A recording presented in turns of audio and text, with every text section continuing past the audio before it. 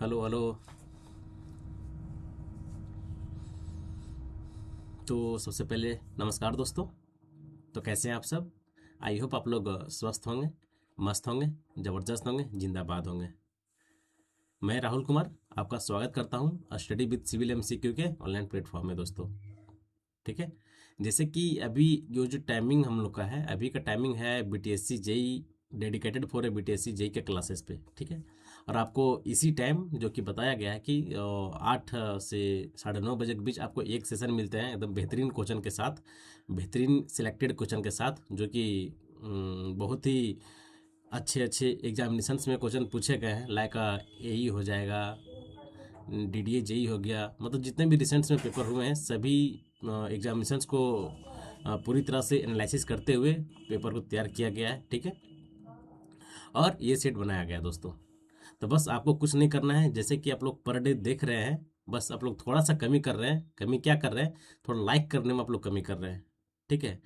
अगर वीडियो आप लोगों को सही लग रहा होगा, अच्छा लग रहा होगा, तो वीडियो को थोड़ा सा लाइक कर देते तो बहुत अच्छा होता। ठीक है। और थोड़ा सा वीडियो को आप लोग शेयर कर देते हैं। ठीक है। बस और कुछ नहीं चाहिए। बाकी फ्री का कंटेंट है एकदम ज़बरदस्त तरीके से। ये नहीं कि फ्री का कंटेंट है, इसका मतलब ये नहीं है कि आप उसको मतलब पूरी तरह से नहीं, ध्यान से नहीं पढ़ें। ठीक है। कभी कभी और होता भी है कि जो आपका पेड कंटेंट जो होते हैं और फ्री कंटेंट जो होते हैं, बहुत ही अलग, बहुत ही आसमान ज़मीन का अंतर होता है। लेकिन आपको फ्री कंटेंट में इस चैनल के माध्यम से इस बेहतर तरीके से मैं आपको प्रोवाइड कर रहा हूँ, जो कि आप लोगों को पता भी होगा कि क्वेश्चन के लेवल कैसा कैसा है। ऐसे ऐसे क्वेश्चन भी आपको एग्जामिनेशन में देखने को मिलेंगे दोस्त। ठीक है। तो बिना देरी का मैं आज का मैं क्लास स्टार्ट कर रहा हूँ। ठीक है। और इसी तरह अ, अ, शुरुआत आप लोग कीजिए। ठीक है। और चैनल पर बने रहेंगे। ठीक है।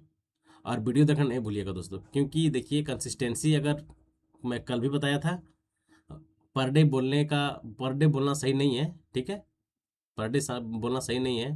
अभी कभी होगा तो कभी बोला जाएगा। ठीक है। चलिए।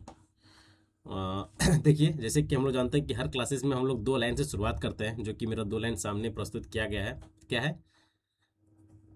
कल की राह तुम्हारे आज के फैसले बनाते हैं। कल की राह, कल इन फ्यूचर, कल की राह जो है वह आज के फैसले, आज का फैसला आप क्या लिए हैं। आज देखिए क्या होता है कि आप पर डे का एक फैसला बनाएं। पर डे एक फैसला आप लोग मतलब अपना माइंड में क्रिएट कर ले कि आज के डे हमको इतना इतना ये करना है, तो प्लानिंग के साथ। ठीक है। प्लानिंग के साथ वही यहाँ पर लिखा लिखा हुआ है कि कल की राह तुम्हारे आज के फैसले बनाते हैं। पढ़ना ही तुम्हें एक बेहतरीन इंसान बनाते हैं दोस्त। ठीक है। पढ़ने के अलावा और कुछ नहीं है इस संसार में। ठीक है। पढ़िएगा, अच्छे से पढ़िएगा। आपको एक दिन एक अलग मुकाम पर होंगे, आपका नाम होगा, सब चीज़ होगा। ठीक है। तो यही यही 2 लाइन के साथ में आज का क्लासेस को मैं शुरुआत कर रहा हूँ। चलिए। क्या है भाई आज का? देखिए, चलिए फर्स्ट क्वेश्चन क्या है, थोड़ा इसको एडजस्टमेंट कर लेता हूँ। चलिए। हम्म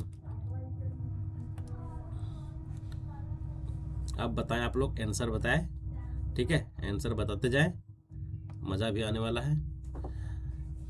क्या है? According to IS 1893 1962, how many seismic zones are there? ये क्वेश्चन आपको, ये क्वेश्चन आपको बीपीएससी एई में पूछा गया था, ये 2024 वाला में। ठीक है दोस्त। 2024 की बीपीएससी एई में आया हुआ है, पेपर 5 में, पेपर 5 या फिर 6 में आया हुआ है। ठीक है। पेपर 5 या 6 में आया हुआ है और सेम क्वेश्चन, कोई चेंजिंग नहीं है। ठीक है। तो देख लीजिए कि भले आपको क्वेश्चन ये इजी लगता होगा, लेकिन लोग इसमें भी गलती करते हैं। ठीक है। लोग इसमें भी गलती करते हैं। ठीक है। क्या पूछ रहा है कि कितने जोन में बांटा गया है? ठीक है। कितने सिस्मिक जोन को, कितने सिस्मिक जोन में बांटा गया है एज पर इस IS कोड के अकॉर्डिंग। ठीक है। तो लोग इसमें क्या मारते हैं, लोग इसमें अधिकतर मारते हैं, मैक्सिमम देखते हैं, हम मैक्सिमम देखे हैं इसमें, मतलब 70% बोले तो कोई दिक्कत नहीं कि 70% लोग इसमें गलत ही, रॉन्ग ही मारे हैं, रॉन्ग ही, गलत ही मारेंगे। क्या मारेंगे पता है? 6 मारेंगे। 110% 6 मारेंगे। लेकिन जो आपका 30% वाला जो भाई लोग है, वो मारेंगे कितना? 5 जोन मारेंगे। और वो ये जो 30% वाला है यही आपका correct answer, option number A is right answer. ठीक है दोस्त। तो according to I S 1893 1962, how many seismic zone are there. तो मेरा जो सिस्मिक जोन है इस आई एस कोड के अकॉर्डिंग कितना है, 5 जोन को बांटा, 5 जोन में बांटा गया है। ठीक है दोस्त, कितने 5 जोन में बांटा गया है। कोई दिक्कत, कोई दिक्कत नहीं। चलिए, आपको इसी टाइप का क्वेश्चन आपको बीटीएससी जेई या फिर जो रिसेंट में जितने भी पेपर्स होने हैं, आपको इसी टाइप का पेपर का इसी टाइप का क्वेश्चन देखने को मिलेंगे, जो कि रिसेंट में हो रहा है। 2024 में जो बीपीएससी यही हुआ है, कोई मतलब पुराना थोड़ी है। मतलब देखिए, मैक्सिमम किसी भी एग्जाम को क्रैक करने के लिए उसका 5 साल का उस लेवल का अगर आप क्वेश्चन का प्रैक्टिस आप कर लेते हैं, डेफिनेटली वो पेपर आपका होना ही होना है। ठीक है दोस्त, चलिए option number A is right answer. चलिए अब हम लोग नेक्स्ट क्वेश्चन की ओर आगे बढ़ते हैं। अब नेक्स्ट क्वेश्चन क्या है कि source of A thermal pollution. Thermal pollution का इनमें से कौन सा सोर्स है। कूलिंग टावर, एकदम पहला ही ऑप्शन जो राइट आंसर है। मिनरल्स, ये नहीं है। कॉस्मिक रे, ये भी नहीं है। नन ऑफ दिस वो नहीं है। तो source of thermal solution, option number A is right answer. Cooling tower जो होता है वो सोर्स होता है किसका, थर्मल पोल्यूशन का। ठीक है, चलिए option number A is right answer दोस्त। अब बताएं, under estimate of A building percentage of contingency. Easy question है, ये तो बताने की जरूरत है क्या। हमको तो नहीं लगता कि ये क्वेश्चन बताने की जरूरत है। ठीक है, जो भाई लोग अभी तो कंटिन्यूअस के साथ चल रहे हैं, इजी क्वेश्चन है, इसको बताने की जरूरत है ही नहीं। ठीक है, अब इसके साथ हम लोग और जो इसके साथ जो परसेंटेज, इसको थोड़ा मैं इधर कर देता हूँ, अच्छा रहेगा। अब इसके साथ जितने और परसेंटेज होते हैं, चाहे आप इलेक्ट्रिफिकेशन का बात करें, यहाँ हम लोग लिख देते हैं क्या, इलेक्ट्रिफिकेशन।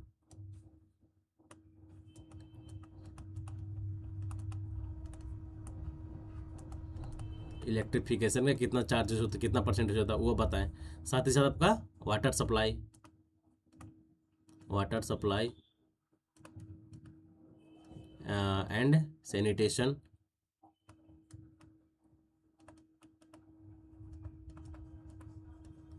आप यहाँ लिखें।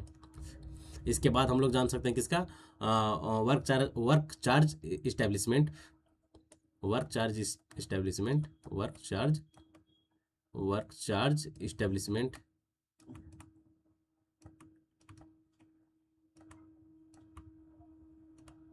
इसका कितना परसेंट होता है आप लोग यहाँ बताएं।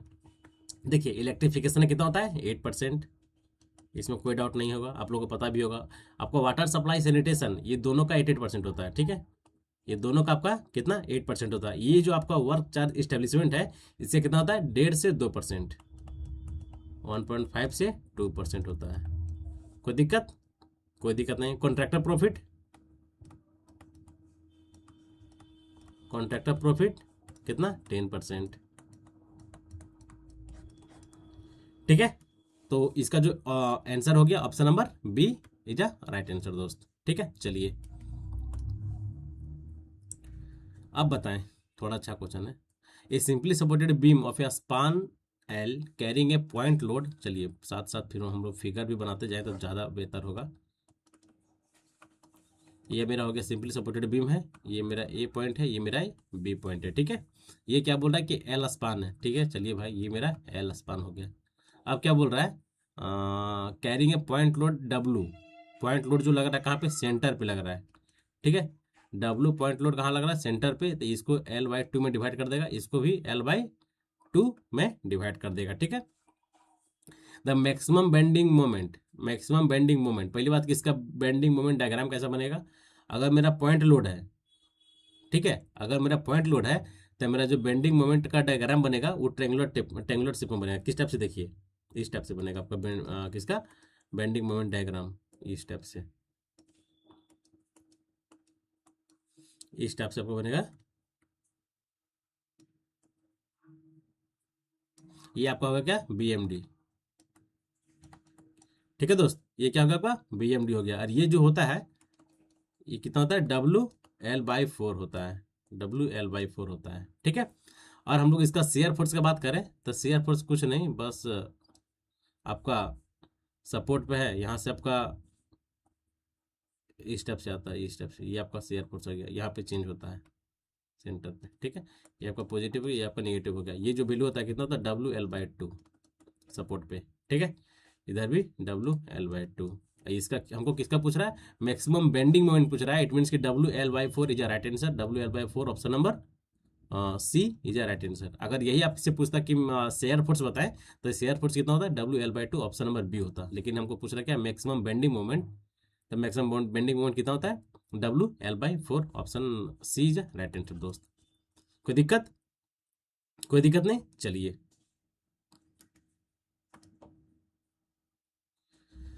अब बताएं, इन आरसीसी रूफ है straight bar length of a hook taken.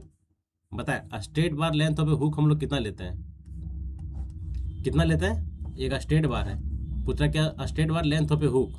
Hook जो होता है, हुक हम लोग कितना लेते हैं एक स्ट्रेट बार में, always 9D।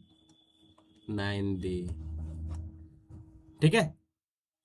Length of one side hook, अगर बोथ साइड हुक बोलता तो हम लोग 18D लेते, लेकिन हमको क्या बोल रहा है, straight bar length of a hook taken.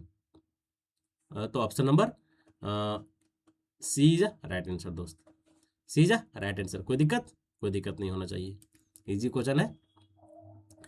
अब बताएं आप लोग, क्या है कि in reinforcement cement concrete structure the steel reinforcement consist of. बताएं steel reinforcement consist of deform bar, cold twist bar, bind steel medium and tensile steel bar, या फिर ऑल ऑफ द अबव। तो ये आपका all of the above is right answer. हम लोग deform bar use करते करते हैं, twist bar use twisted bar use करते हैं, मेल स्टील यूज करते हैं। तो इट मीन्स कि option number 4 is right answer दोस्त। कोई दिक्कत, कोई दिक्कत नहीं। अब थोड़ा सा हम लोग बात कर लें, ये एक हम लोग इसमें इंपॉर्टेंट है, इसमें से ट्विस्ट बार, ठीक है। इसके बारे में हम लोग थोड़ा सा जानकारी लेते हैं, क्या होता है ट्विस्ट बार। ट्विस्टेड बार, देखिए ट्विस्ट बार है, तो ट्विस्टेड बार का जो आपका यील्ड स्ट्रेंथ होता है इंक्रीज होता है कितना, 50% पे, ठीक है। तो हम लोग लिख सकते हैं कि क्या लिखेंगे, कोल्ड ट्विस्ट बार, कोल्ड ट्विस्ट बार। थोड़ा अच्छा से लिख देते तो दिक्कत नहीं होगा। क्या, cold twist bar, cold twist bar increase the yield stress about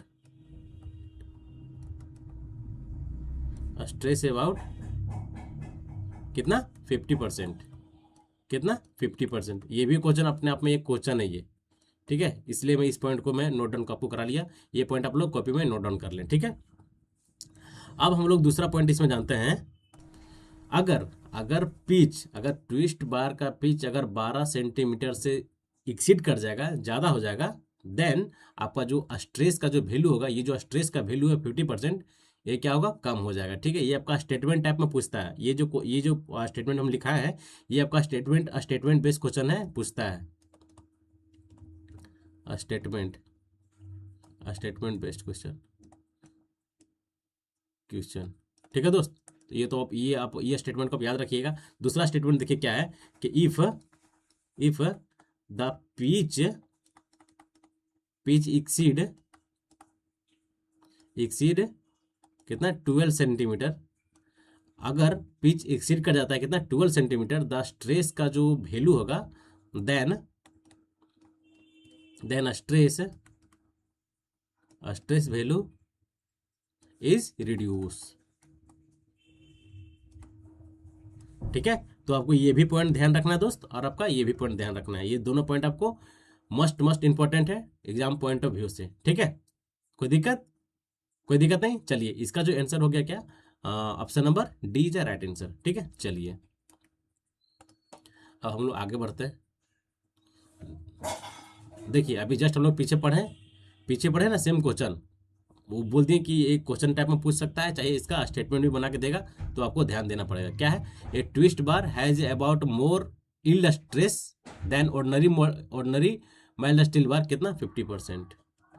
कोई दिक्कत, कोई दिक्कत नहीं यहाँ तक, ठीक है। चलिए option number D is right answer. अभी जस्ट हम लोग पीछे पढ़े हैं और उस टाइप से आपको क्वेश्चन भी मिल गया, ठीक है। तो क्लियरिटी आपका मन में ज़्यादा हो गया होगा। ठीक है। अब देखिए नेक्स्ट क्वेश्चन क्या है कि the compressive strength of a concrete is about 10 to 50% of its tensile strength. क्या ये स्टेटमेंट जो दिया गया है, क्या यह स्टेटमेंट सही है या फिर रॉन्ग है? यह स्टेटमेंट सही है या फिर गलत है, बताएं हमको। यह स्टेटमेंट रॉन्ग है।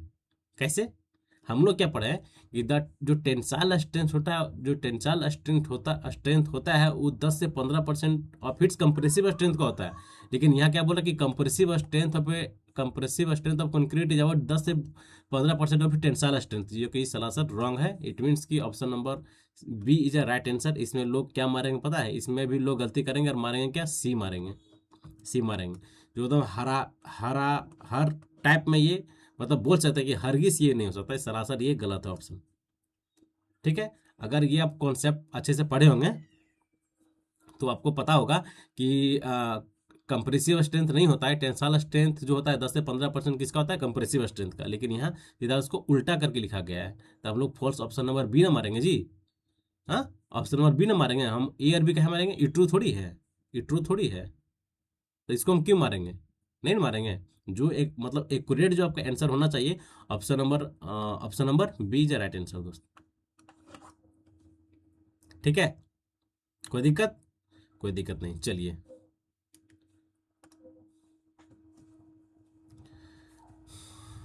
आ गया क्वेश्चन, देखिए जबरदस्त क्वेश्चन है, मैकेनिक्स से क्वेश्चन है। अब इसमें हम लोग इस क्वेश्चन के बारे में जितने भी फोर्सेस हैं, फोर्स सिस्टम आपको आप लोग पढ़े होंगे। अगर नहीं भी पढ़े हैं तो आज के क्लासेस में आपको फोर्स सिस्टम से एक भी क्वेश्चन गलती नहीं होगा, ये मेरा गारंटी है। ठीक है दोस्त, देखिए पहले हम लोग इस क्वेश्चन का हम लोग आंसर कर लेते हैं, देन इसके बाद हम लोग जितने भी फोर्स सिस्टम में जितने भी फोर्सेस होते हैं, सारे फोर्सेस को हम लोग बहुत ही तरीके से, बहुत अच्छी तरीके से हम लोग समझने वाले हैं। ठीक है, चलिए देखिए क्या है।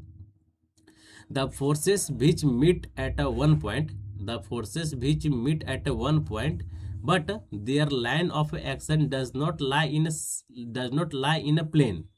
क्या बोल रहा है? एक प्लेन पे लाइन नहीं कर रहा है, देन इट इज कॉल्ड, उसे मतलब क्या बोलता है? Always non coplanar concurrent forces. ठीक है, क्या बोलते हैं? Non coplanar concurrent forces. Option number B is right answer दोस्त। कोई दिक्कत? अब देखिए, अब हमको कोप्लेनर फोर्सेस क्या होता है, देखिए हम लोग पहले यहाँ पर लिख लेते हैं अच्छा से। फोर्स सिस्टम, टॉपिक क्या है मेरा? Force system. फोर्स सिस्टम, ठीक है। इसमें कितने तरह के फोर्स होते हैं? पहला आपका कोप्लेनर फोर्सेस, क्या? सबसे पहले collinear forces, collinear collinear force system. ठीक है, दूसरा देखिए क्या है? Coplanar forces, coplanar force system. ठीक है, इसके बाद अब क्या होगा? तीसरा कनकरेंट, कंकरेंट फोर्स सिस्टम। ठीक है, इसके बाद चौथा क्या होगा आपका? Non coplanar. देखिए यही वाला मैं उठा लेता हूं, non coplanar, non coplanar concurrent, concurrent force system. ठीक है, कोई दिक्कत? देन इसके बाद देखिए, इसके बाद कॉप्लेनर, कॉप्लेनर कॉप्लेनर concurrent forces, concurrent concurrent force system. ठीक है, इतने फोर्सेस के बारे में हम लोग बहुत ही बेहतरीन तरीके से हम लोग आज समझने वाले हैं। ठीक है, ठीक है, कोई दिक्कत? देखिए पहले हम लोग समझेंगे कि कोलिनियर फोर्सेस क्या होता है। ठीक है, देखिए ये सबको याद करने रटने से नहीं होगा, ये सबको सारा इसी जो ये डिफिनेशन जो ये है ना स्टेटमेंट, ये जो दिया गया कि ना कोलिनियर फोर्स सिस्टम के डिफिनेशन क्या होगा, तो सारा सारा ट्रिक ट्रिक बोल सकते हैं या फिर इसको समझने का तरीका सारा इसी में फिट हो गया, सारा इसी में है। सिर्फ आपको थोड़ा सा माइंड लगाना है, बस आपका आंसर आपके सामने होगा। ठीक है, देखिए इसको पढ़िए तो क्या, इसको आप लोग क्या पढ़िएगा? कोलिनियर, कोलिनियर इट मीन्स क्या? एक ही लाइन में, समझ सकते हैं ना कि कोलिनियर मतलब एक ही लाइन में। ठीक है, तो ये जो कोलिनियर फोर्सेस होता है, ये फोर्सेस एक ही लाइन में होता है। ठीक है, चाहे वो इस टाइप से हो, ये हो गया कोलिनियर फोर्सेस, चाहे इस टाइप से हो, मतलब एक ही लाइन ऑफ एक्शन पे जो फोर्सेस एक्ट करता है उसी हम लोग क्या बोलते हैं, कोलिनियर फोर्सेस बोलते हैं। ठीक है, चाहे किसी भी डायरेक्शन में हो बट एक ही लाइन ऑफ एक्शन में होना चाहिए। ठीक है, लाइन ऑफ एक्शन उसका सेम होना चाहिए। ठीक है, कोई दिक्कत? ये आपका हो गया क्या, कोलिनियर फोर्स सिस्टम दोस्त। ये आपका फर्स्ट का डायग्राम हो गया इसका। ठीक है, अब देखिए दूसरा क्या है कि कोप्लेनर फोर्स सिस्टम, कोप्लेनर। ठीक है, क्या कोप्लेनर? कोप्लेनर इट मीन्स क्या बोल रहा है कि एक ही प्लेन के अलोंग, एक ही प्लेन के अलोंग जो फोर्सेस लगता है। जैसे देखिए एग्जांपल, देखिए दूसरा क्या हुआ, यहाँ पर मैं फिगर बना देता हूँ थोड़ा छोटा। क्या है कोप्लेनर? यहाँ भी देखिए कोप्लेनर, एक ही प्लेन, सेम प्लेन पे, जैसे ये हुआ ना कि एक ही कोलिनियर एक ही लाइन पे, तो इसी तरह भी ये होगा क्या, कोप्लेनर एक ही प्लेन पे। एक ही प्लेन पे अगर ये फोर्स इस टाइप से इस डायरेक्शन में लग रहा है एक ही प्लेन में, ठीक है, ये मेरा प्लेन है। ठीक है, और इसमें जो ये फोर्स लग रहा है सारा एक ही डायरेक्शन में लग रहा है, एक ही डायरेक्शन में लग रहा है, चाहे इस डायरेक्शन में लगे, चाहे ऊपर लगे, चाहे राइट लगे, चाहे लेफ्ट लगे, लेकिन एक ही डायरेक्शन में लगना चाहिए। उसे हम लोग क्या बोलेंगे, कोप्लेनर फोर्सेस। ठीक है, एक ही प्लेन के अलोंग, एक ही प्लेन के अलोंग सारे फोर्सेस, जितने भी फोर्सेस लगेंगे, लगते हैं, उस फोर्स सिस्टम को, जैसे एक से अधिक फोर्सेस, उसको हम लोग, वो जो एक से अधिक फोर्सेस जब हो जाएंगे, इट मीन्स वो आपका फोर्स सिस्टम कहलाएंगे। ठीक है, क्या कहलाएंगे, फोर्स सिस्टम। एक फोर्स सिस्टम नहीं कहलाएगा। जब एक से अधिक फोर्सेस के बारे में जब चर्चा किया जा रहा है, इट मीन्स कि वो आपका फोर्स सिस्टम कहलाएगा। ठीक है, तो ये देखिए कोप्लेनर फोर्सेस, एक ही प्लेन को जितने भी फोर्स लग रहे हैं, इसे हम लोग क्या बोलते हैं, कोप्लेनर फोर्सेस। कोई दिक्कत? कोई दिक्कत नहीं, कोई दिक्कत नहीं होना चाहिए। तीसरा देखिए क्या है, तीसरा क्या भाई, कनकरेंट फोर्स सिस्टम। कनकरेंट मैं आपको एक बार पीछे भी बताया था। ठीक है, आप थोड़ा सा अगर आप रिकॉल करने का कोशिश कीजिएगा तो आपको बहुत ही बेहतरीन तरीके से याद हो जाएगा जो आपका माइंड में। ठीक है, अब हम लोग जानेंगे कि कनकरेंट फोर्सेस क्या होता है, कनकरेंट फोर्स सिस्टम क्या होता है। कनकरेंट, देखिए नाम से भी कुछ आपको समझ में आ रहा होगा। अभी मैं पीछे बोला था कि थोड़ा सा अगर पीछे आप रिकॉल कीजिएगा तो आपका माइंड में ऑब्वियसली मतलब पूरी तरह से बैठ जाने वाला है। ठीक है, हम लोग एक एग्जांपल पहले मैं आपको देता हूँ, उसके बाद मैं एक इसका स्टैंडर्ड जो डेफिनेशन होता है उस पर हम लोग बात करेंगे। ठीक है, एग्जाम्पल देखिए क्या है कि आप लोग देखे होंगे कि घर में लाइन कैसे आता है। ठीक है, जैसे पोल पोल जो आपका हो गया, पोल से आपका लाइन सबसे पहले घर में आएगा, तो घर में किसी एक पॉइंट पे आता है। ठीक है, किसी एक पॉइंट पे आता है, किसी एक चैलेंजर से, किसी एक जंक्शन से, जहाँ पे सारा जितने जितने भी सारा करंट एक पॉइंट पे आता है, देन वहाँ से डिस्ट्रीब्यूट हो जाता है पूरा घर में। होता है कि नहीं? पहले एक घर में एक जगह एक मान के चलिए कि स्टेबलाइजर में आ गया। ठीक है, स्टेबलाइजर में आने के बाद इट मीन्स क्या, हम लोग यहाँ क्या समझ रहे हैं, इससे क्या उसका रिलेशन है, इसका रिलेशन वही है कि इट मीन्स हम लोग बोल सकते हैं जैसे कनकरेंट। ठीक है, तो एक ही पॉइंट पे सारे फोर्स एक्ट करेंगे। समझ में आया? एक ही पॉइंट पे सारे फोर्स एक्ट करेंगे, तो हम इसको इस टाइप से रिलेट किए कि घर मेरा हो गया, सॉरी घर का जो मेरा मेन बोर्ड है, मान के चलिए कि स्टेबलाइजर है, स्टेबलाइजर मेरा हो गया पॉइंट। ठीक है, स्टेबलाइजर मेरा क्या हो गया, पॉइंट हो गया। देन जितने भी उधर से फोर्सेस आ रहे हैं सारा उसी पे एक्ट कर रहे हैं। समझ रहे हैं मेरा बात? जितने भी उधर से फोर्सेस आ रहे हैं पोल पर से, इलेक्ट्रिक पोल से जितने भी फोर्सेस आ रहे हैं, इलेक्ट्रिक करंट आ रहे हैं, सारा किस पे, आपका एक पॉइंट पे मीट कर रहे हैं। कहाँ पे? घर का जो मेन बोर्ड है वहाँ पे मीट कर रहे हैं। देन वहाँ से जो सारे, वहाँ से फिर सारे जगह लोड, सारे जगह करंट डिस्ट्रीब्यूट हो जाता है। ठीक है, बस वही वाला कंडीशन यहाँ पे है।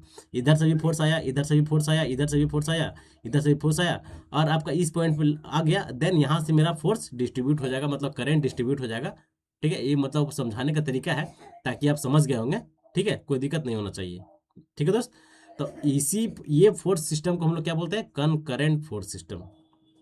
Concurrent force system, concurrent. ठीक है, कनकरेंट फोर्स सिस्टम, कोई दिक्कत नहीं होना चाहिए। चलिए अब देखिए चौथा क्या है, ये तीसरा हो गया, चौथा क्या है देखिए, non coplanar concurrent force system. Non coplanar क्या समझ रहे हैं, नन कोप्लेनर। अभी हम लोग कोप्लेनर फोर्स सिस्टम हम लोग क्या पढ़े थे, एक ही प्लेन पढ़े थे ना, एक ही प्लेन। लेकिन यहाँ क्या बोल रहा है, नन कोप्लेनर, इट मीन्स कि एक ही प्लेन के अलोंग फोर्स नहीं लगेगा दोस्त। ठीक है, एक ही प्लेन को अलॉन्ग फोर्स नहीं लगेगा। जैसे मेरा ये देखिए, ये मेरा कोई एक मतलब ये कोई मेरा ये प्लेन है, ठीक है, यहाँ जो फोर्स लग रहा है इधर से आ रहा है, ऐसे आ रहा है, ऐसे आ रहा है, मतलब अलग अलग डायरेक्शन में फोर्स लग रहे हैं, अलग अलग डायरेक्शन में फोर्स लग रहा है। Then non coplanar concurrent force system, ठीक है, अलग अलग अलग अलग अलग अलग प्लेन पे कोप्लेनर, हाँ, अलग अलग प्लेन पे, जो जैसे एक ये प्लेन हो गया, और हम लोग थोड़ा सा बना है फिगर, तो स्पेस नहीं है यार, कैसे करें, मतलब देखिए आपको मैं समझा देता हूँ। एक ये प्लेन हो गया, एग्जाम्पल, एक ये प्लेन हो गया, देन एक ये प्लेन हो गया, ये प्लेन हो गया, दो प्लेन, ठीक है। जब मेरा जो हम क्या समझ रहे हैं, कौन सा फोर्स सिस्टम, फोर्थ नंबर क्या है, नॉन कंकरेंट फोर्स सिस्टम, ठीक है। नॉन कंकरेंट, पहले हम लोग समझेंगे कि अभी हम लोग समझे थे कि कंकरेंट क्या होता है, देन हम लोग नॉन कंकरेंट फोर्स सिस्टम, कि नॉन कंकरेंट इट मीन्स कि एक ही प्लेन के अलॉन्ग नहीं लगेगा, ठीक है, एक ही प्लेन के अलॉन्ग, ये प्लेन है, ये प्लेन है, ये जो फोर्सेस आएगा, कंकरेंट में हम लोग क्या पढ़े थे कि एक ही प्लेन के अलॉन्ग फोर्स लगेगा, ठीक है, वो मेरा क्या हो गया, कंकरेंट फोर्स सिस्टम। और ये जो आपका है नॉन कंकरेंट, इट मीन्स कि एक ही प्लेन को अलॉन्ग फोर्स नहीं लगेगा, ठीक है। ये प्लेन, ये आपका दो प्लेन हो गया, ठीक है, दो प्लेन के अलॉन्ग जब फोर्स अलग अलग डायरेक्शन में लग रहा है, उसे हम लोग क्या बोलते हैं, non coplanar concurrent force system, ठीक है। अब देखिए पांचवा क्या है, कोप्लेनर कंकरेंट, कोप्लेनर, अभी हम लोग क्या पढ़े थे कोप्लेनर का, कोप्लेनर कंकरेंट फोर्स सिस्टम, बस उसी का अपोजिट है, जिसे फोर्थ हम लोग पढ़े ना, उसी का अपोजिट है कि कंकरेंट फोर्स सिस्टम। कोप्लेनर एक ही प्लेन को लगेगा, लेकिन सारा एक ही पॉइंट पे लगेगा, देन उसे हम लोग क्या बोलेंगे, कोप्लेनर कंकरेंट फोर्स सिस्टम। कोई दिक्कत, कोई दिक्कत नहीं यहाँ तक, चलिए। यही बहुत दिन से लोगों का आ रहा था कि नहीं थोड़ा सा क्लियर कर दे, तो क्लियर हो गया अभी, ठीक है। चलिए, अब इसका जो आंसर क्या था, option number B is a right answer. चलिए हम लोग अब नेक्स्ट क्वेश्चन की ओर आगे बढ़ते हैं दोस्त। अब देखिए नेक्स्ट क्वेश्चन क्या है, नेक्स्ट क्वेश्चन है कि the centre of gravity of an plane lamina, the centre of gravity of a plane lamina will not at a geometrical centre if it's, जो सेंटर ऑफ ग्रेविटी होता है of a plane lamina, plane कोई भी plane कोई एक body है, ठीक है, प्लेन लेमिना विल नॉट, उसका जो इनमें से कौन सा जो होता है कि ज्योमेट्रिकल सेंटर नहीं होता है, सर्कल का होता है अच्छा से, इक्विलेटरल ट्रायंगल होता है, राइट एंगल भी होता है, लेकिन अब जो रिक्टेंगल होता है, लेकिन राइट एंगल जो होता है ये आपका ज्योमेट्रिकल सेंटर इसका नहीं होता है दोस्त। किसका ज्योमेट्रिकल सेंटर किसका नहीं होता है, राइट एंगल ट्रायंगल का ज्योमेट्रिकल सेंटर नहीं होता है। Then answer is D is right answer दोस्त, ठीक है, डी इज राइट आंसर। चलिए अब हम लोग नेक्स्ट क्वेश्चन की बार बात करेंगे। कल हम लोग रेडियस ऑफ गायरेशन के बारे में बहुत सारे न्यूमेरिकल भी किए थे, अच्छे अच्छे क्वेश्चन भी किए थे, बस उसका यूनिट पूछ रहा है, क्या होता है रेडियस ऑफ गायरेशन का यूनिट, हाँ, रेडियस ऑफ गायरेशन का यूनिट क्या होता है जी, पहले इसका फॉर्मूला आप लोग बता दें, इसका फॉर्मूला क्या होता है, के इजकल टू रूट अंडर क्या, बताएं, उसके बाद हम लोग करेंगे आई बाई एम, ठीक है। ये जो इसका जो यूनिट होता है किसका, रेडियस ऑफ गायरेशन का, ये ऑलवेज मीटर में होता है दोस्त, लोग इसमें भी गलती करते हैं, ठीक है, तो आपको गलती नहीं करना है। रेडियस ऑफ गायरेशन का यूनिट क्या होता है, यूनिट मीटर होता है, मीटर, ठीक है, कोई दिक्कत, कोई दिक्कत नहीं होना चाहिए। चलिए नेक्स्ट क्वेश्चन क्या है भाई, देखिए नेक्स्ट क्वेश्चन क्या है, for A same depth the heavier section is, same depth है, अब पूछ रहा है कि सबसे हैवियर सेक्शन देखिए क्या है, Indian standard light beam, Indian standard Indian standard Indian standard light beam, ठीक है। दूसरा देखिए क्या है, इंडियन स्टैंडर्ड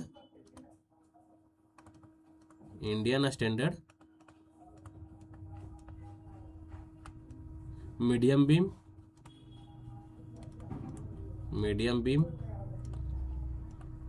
ठीक है। इंडियन स्टैंडर्ड हैवी बीम,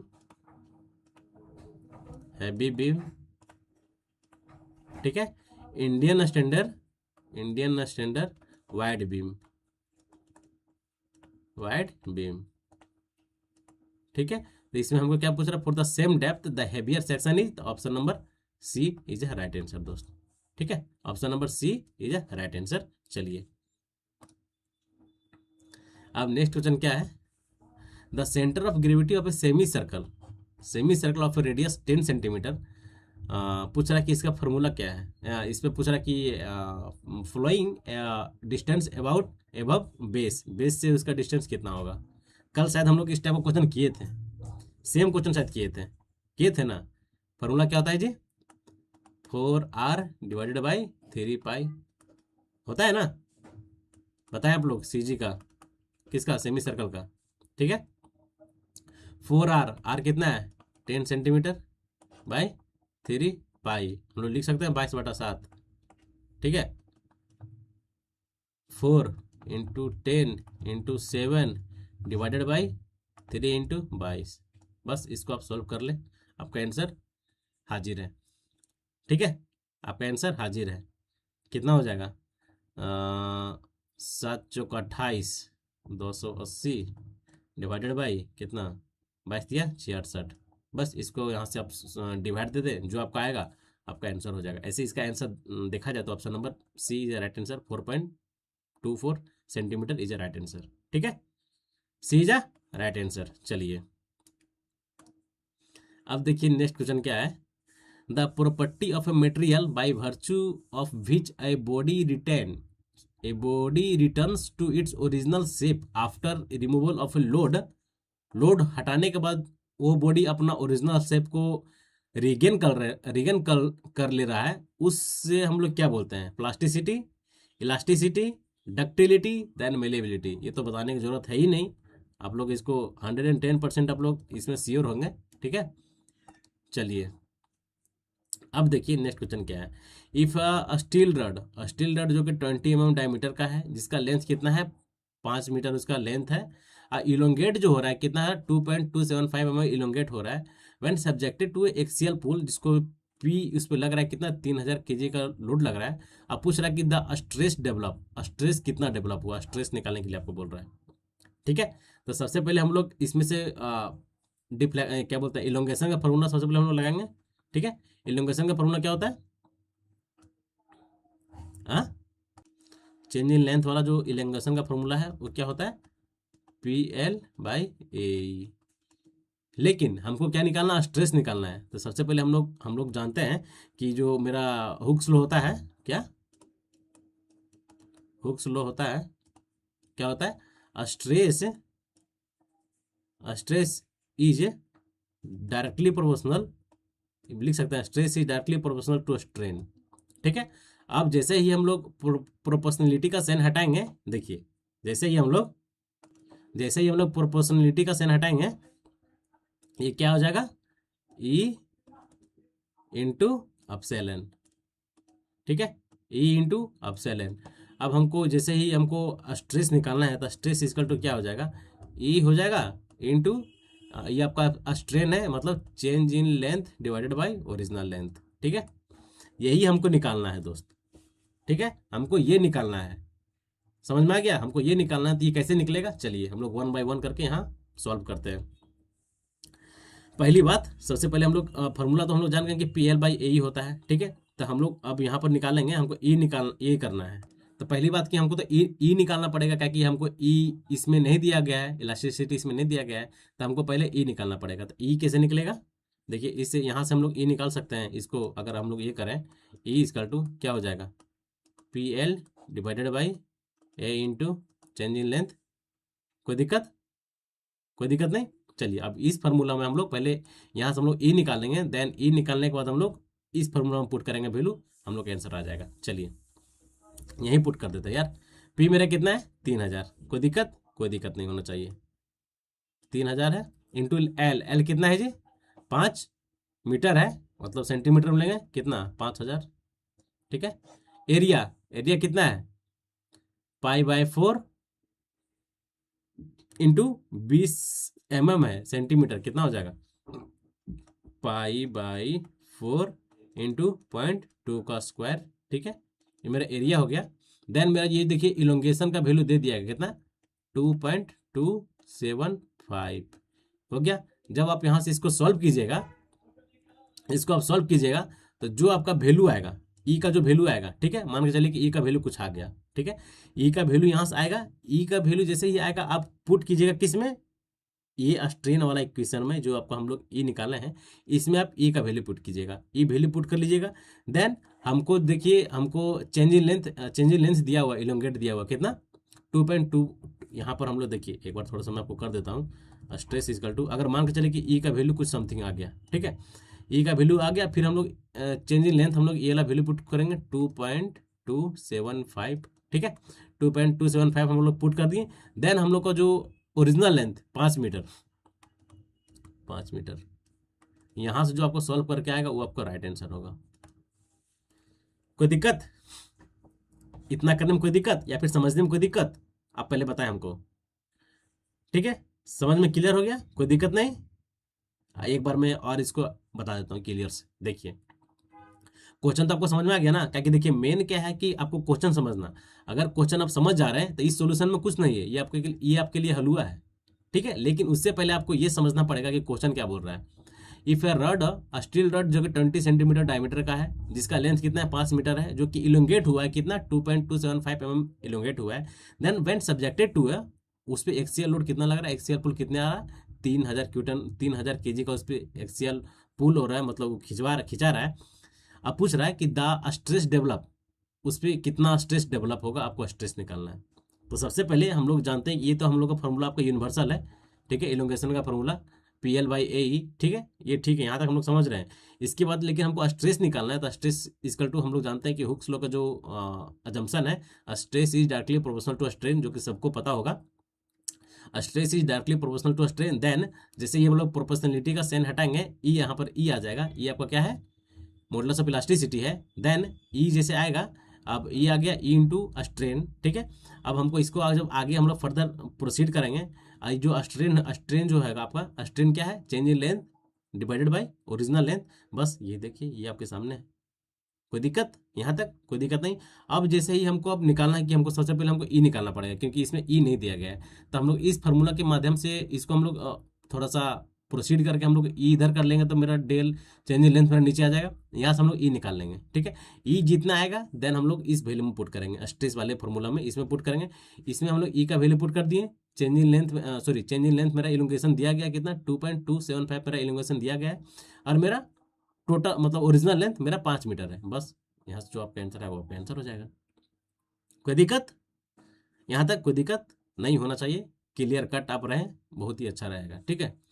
अगर यहाँ तक में भी नहीं समझ में आया, ठीक है, तो आप कमेंट में जरूर टाइप करें कि थोड़ा सा प्रॉब्लम हो रहा है, तो मैं उसको बहुत ही गहरा से लेंगे और आपको फिर से मैं बताने की कोशिश करूंगा नेक्स्ट क्लास में, ठीक है। चलिए अब देखिए नेक्स्ट क्वेश्चन क्या है। In a continuous curve of a bending moment, the point of a zero bending moment where its sign change is called. ये भी क्वेश्चन ऐसा है, भले इजी आपको देखने में लग रहा होगा, लेकिन लोग इसमें भी गलती करते हैं, ठीक है। इसमें भी लोग 50% लोग सही करेंगे और 50% लोग गलत करेंगे, ठीक है दोस्त। मतलब इसमें भी आपका 50-50 का रेशियो है। आप 50 से आगे क्यों नहीं बढ़ रहे हैं यार, 50 से आप लोग आगे आए, आगे कब आएंगे, जब इस क्वेश्चन को आप लोग अच्छे से समझिएगा क्या बोल रहा है। In a continuous curve of a bending moment, the point of a zero bending moment where it is change sign, then it is called point of contraflexure. लेकिन लोग क्या मारते हैं, all of the above, point of inflection भी मार देते हैं, point of contraflexure तो मार भी करते हैं, साथ ही साथ the point of virtual hinge भी मार देते हैं, जिसके कारण आपका जो आंसर है सरासर गलत हो जाता है ये, ठीक है दोस्त, ठीक है। कोई दिक्कत नहीं होना चाहिए। Option number B for boy is a right answer. चलिए अब नेक्स्ट क्वेश्चन क्या है भाई, अब देखिए नेक्स्ट क्वेश्चन क्या है। For a 1 metre cube of a RCC beam approximate quantity of a steel reinforcement में भी बताएं। 1 मीटर क्यूब RCC कंक्रीट में, RCC मेंबर में, उसमें पूछ रहा है कि उसमें स्टील कितना % होता है। इजी क्वेश्चन यार, बताने की जरूरत है क्या, कितना होता है बताएं तो आप लोग। कितना होता है? 1 से 2%। ये तो बताने की जरूरत ही नहीं है। 1 metre cube of RCC beam में इसमें पूछ रहा है कि स्टील रेनफोर्समेंट कितना परसेंट होता है, तो आपको मारना है 1 से 2%। 1 से 2% ही आपका स्टील का परसेंटेज होता है 1 मीटर क्यूब आरसीसी स्ट्रक्चर में। ठीक है दोस्त। अब देखिए, इससे हम लोग कुछ और जानकारी लेते हैं और पॉइंट के बारे में हम लोग जानते हैं। जिससे हम लोग जानते हैं कोई एक जनरल आरसीसी स्ट्रक्चर है। ठीक है, क्या एक जनरल आरसीसी स्ट्रक्चर है, उसमें हम लोग कितना परसेंट स्टील का यूज करते हैं, लिखेंगे फोर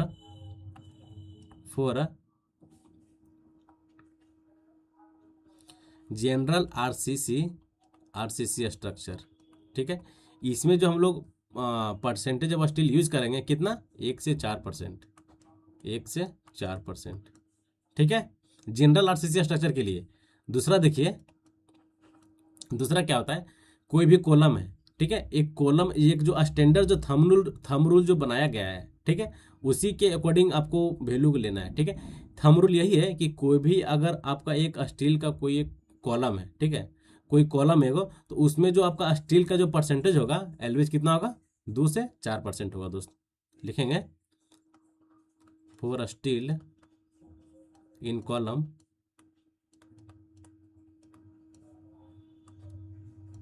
कितना होगा, 2 से 4%। कोई दिक्कत? कोई दिक्कत नहीं। इसके बाद देखिए कि फुटिंग होता है। ठीक है, तो फुटिंग में हम लोग का स्टील कितना परसेंट होता है, तो हम लोग लिखेंगे तीसरा, for steel in footing. Footing footing में मेरा स्टील कितना होता है, 0.5 से 1%। 0.5 से 1%। कोई दिक्कत यहाँ तक? ये जितने भी पॉइंट लिखा रहे हैं, सारा पॉइंट आपको एग्जामिनेशंस में, डिफरेंट डिफरेंट एग्जामिनेशंस में, लाइक जेई हो, चाहे एई हो, स्टेट वाले जेई हो, सेंट्रल जेई हो, सब में आया हुआ क्वेश्चन है। ठीक है, तो आपको ये सारे पॉइंट आपको अगर याद है तो बहुत अच्छा, अगर याद नहीं है तो इसे आप याद कर लें। ठीक है, इसके बाद देखिए हम लोग कहाँ तक पहुँचे, मेरा फुटिंग तक पहुँचे। इसके बाद हम लोग देखें कि एक स्लैब होता है। स्लैब तो जनरल है, तो स्लैब में आपका जो स्टील का जो परसेंटेज होता है एलवेज कितना होता है, 1 से 1.5% दोस्त। कितना, 1 से 1.5%। फोर स्टील इन स्लैब कितना होता है, 1 से 1.5%। कोई दिक्कत? कोई दिक्कत नहीं यहाँ तक? ठीक है, चलिए, इसका जो हो गया, इस क्वेश्चन का आंसर हो गया क्या, option number A is right answer. Then आपको ये जो इंपॉर्टेंट टर्म जो मैं लिखाया हूँ पॉइंट, आपको ध्यान रखना पड़ेगा, कॉपी में लिख के नोट डाउन कर लें, जो कि इंपॉर्टेंट है। फॉर जनरल आरसीसी स्ट्रक्चर के लिए कितना परसेंट आपका होता है, परसेंटेज ऑफ स्टील कितना होता है, 1 से 4% होता है। पूरा स्टील इन कॉलम के लिए कितना होता है, 2 से 4% होता है। स्टील इन फुटिंग के लिए कितना होता है, 0.5 से 1% होता है। स्टील इन स्लैब के लिए कितना होता है, 1 से 1.5%। कोई दिक्कत? कोई दिक्कत नहीं। चलिए नेक्स्ट क्वेश्चन की ओर हम लोग आगे बढ़ते हैं। अब नेक्स्ट क्वेश्चन क्या है कि shear force diagram for a cantilever beam carrying a UDL load. चलिए हम लोग पहले कैंटिलीवर बीम बना लेते हैं। कैंटिलीवर बीम हो गया। ठीक है, क्या बोल रहा है, कैंटिलीवर बीम है जिसपे टोटल पे क्या है, यूडीएल लोड है। थोड़ा सीधा कर देते हैं यार, टेढ़ा हो गया। क्या है, इसको थोड़ा हम सीधा कर लेते हैं, स्ट्रेट लाइन में कोशिश करते हैं। चलिए, इस पे क्या है, टोटल में यूडीएल है। ठीक है, यूडीएल है इंटायर होल लेंथ। ठीक है, अब क्या बोल रहा है कि इसका शेयर फोर्स डायग्राम किस टाइप का बनेगा। ठीक है, किस टाइप का इसका शेयर फोर्स डायग्राम बनेगा, और आप लोग दोनों बताएं कि इसका शेयर फोर्स डायग्राम देन इसका बेंडिंग मोमेंट डायग्राम किस टाइप से बनेगा। क्या वो पहले हम लोग इस क्वेश्चन का हम लोग आंसर कर लें, देन हम लोग उसके बाद जो इसमें पूछ रहा है कि इसका शेयर फोर्स का, इसके बाद हम लोग बेंडिंग मोमेंट डायग्राम के बारे में जानकारी करेंगे। ठीक है, देखिए ये किसका, ये मेरा क्या है, कंटिन्यूअर बीम है। ठीक है, इस पे जो आपका पहले हम लोग एक लाइन पार लेते हैं। देखिए एक लाइन पार लेते हैं, थोड़ा सा अच्छा रहेगा, प्रॉपर वे में चलेगा।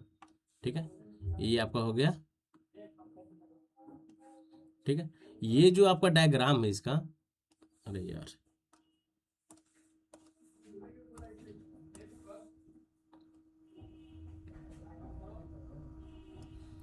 ये जो डायग्राम है ये किसका है, शेयर फोर्स डायग्राम है, शेयर फोर्स डायग्राम है। ठीक है, अगर मेरा यूडीएल लोड है, अगर मेरा बीम कैंटिलीवर बीम है देन उस पर यूडीएल लोड है, तो उसका जो शेयर फोर्स डायग्राम बनेगा वो किस टाइप से बनेगा, ट्रेंगुलर से बनेगा, ट्रेंगुलर से बनेगा, जो कि option number B is a right answer है। ये हो गया इस क्वेश्चन का आंसर। ठीक है, अब हम लोग जानते हैं,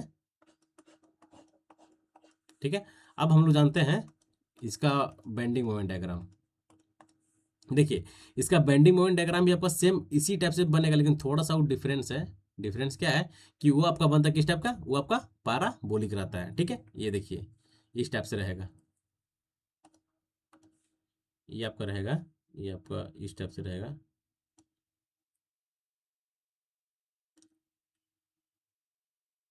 ठीक है, थोड़ा कर्व सही से नहीं बना, लेकिन आपका ये रहता है किस टाइप से, इसी टाइप से रहता है। ठीक है, ये आपको हो गया क्या, बेंडिंग मोमेंट डायग्राम दोस्त। ठीक है, ठीक है, तो ये कितना होता है, minus W L square by 2 होता है। ठीक है, और ये जो आपका होता है क्या, माइनस WL होता है।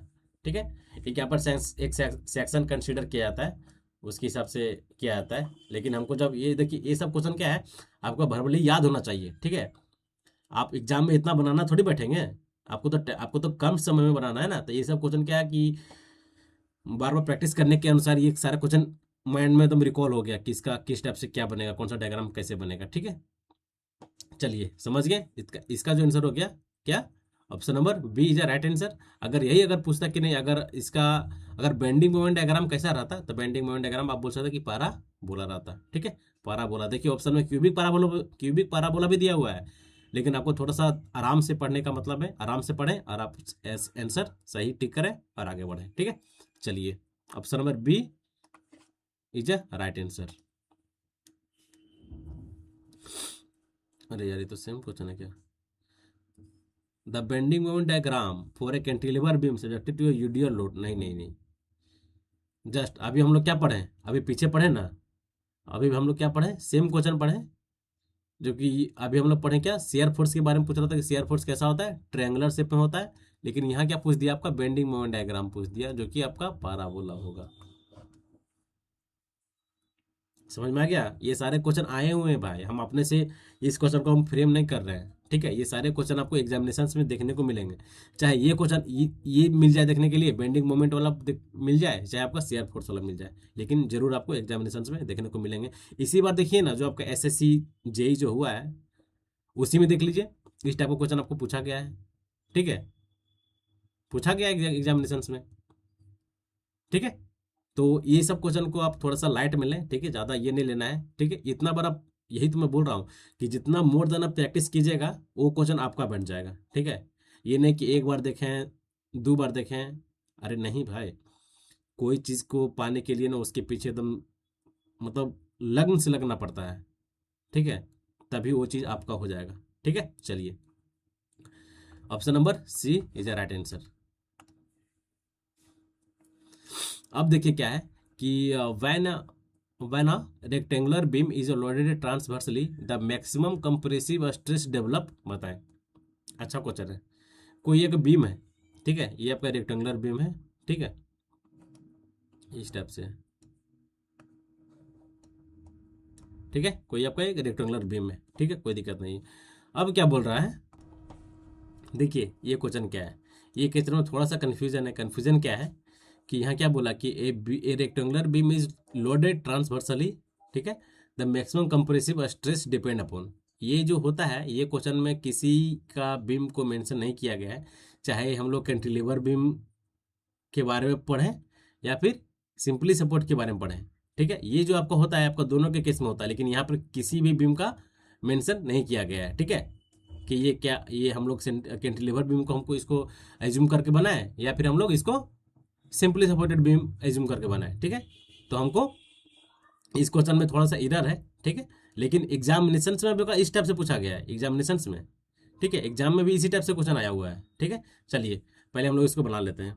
ठीक है, ये आपका हो गया, एन ए हो गया,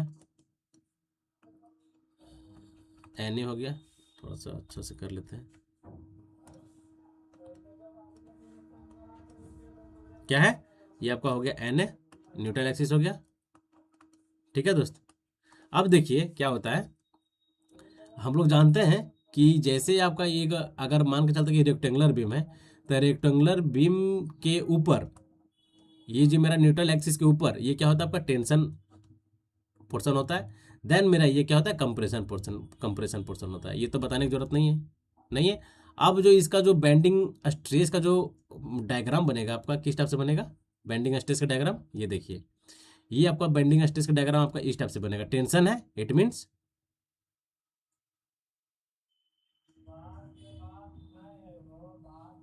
ठीक है, ये क्या हो गया आपका, ये क्या हो गया आपका, ये आपका हो गया कंप्रेशन में, ये टेंशन में, देन आपका ये हो गया क्या, कंप्रेशन में, ठीक है।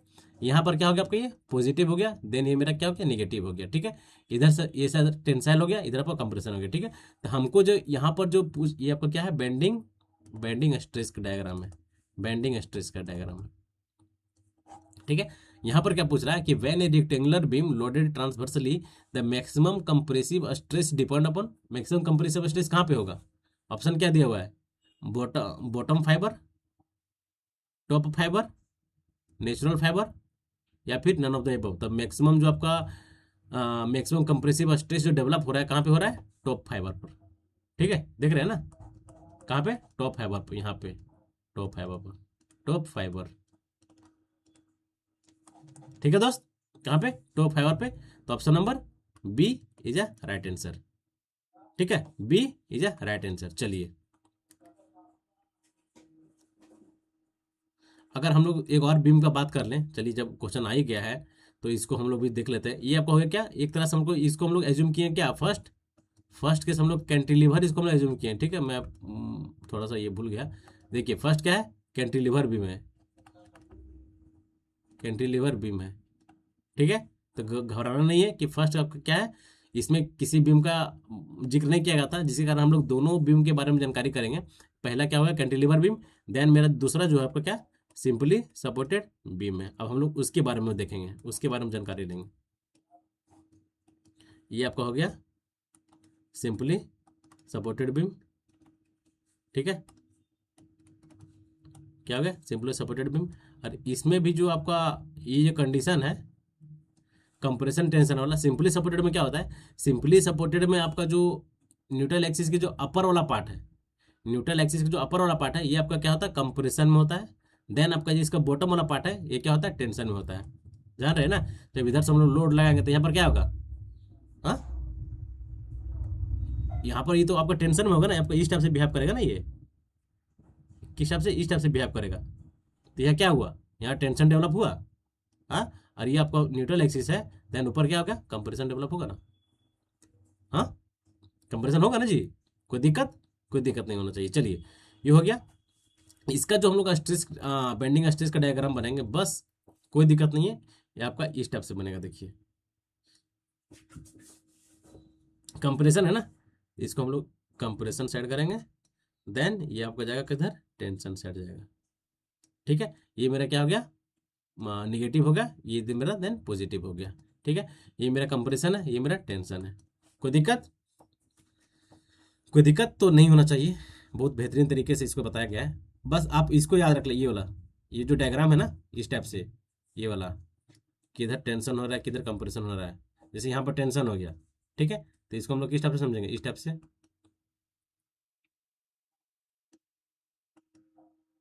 थोड़ा गंदा हो गया यार, रुको, बस यही समझते हैं, ठीक है। कोई दिक्कत, यहाँ तक बताएं, कोई दिक्कत है तो बताएं, हाँ, कोई दिक्कत तो नहीं होना चाहिए। बहुत बेहतरीन तरीके से इसको एक्सप्लेनेशन के साथ किया गया है, ठीक है। तो option number B is right answer, ठीक है। चलिए अब नेक्स्ट क्वेश्चन की ओर हम लोग आगे बढ़ते हैं।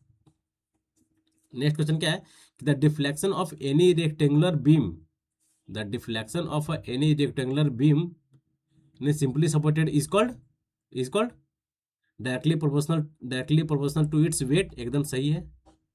Inversely proportional to its weight, weight नहीं होता है यार, ये गलत है स्टेटमेंट, भले स्टेटमेंट सही है लेकिन लास्ट में जो यहाँ बोल दिया ना, देखिए क्या बोला है, directly proportional to the cube of its depth, depth भी नहीं होता है, ठीक है।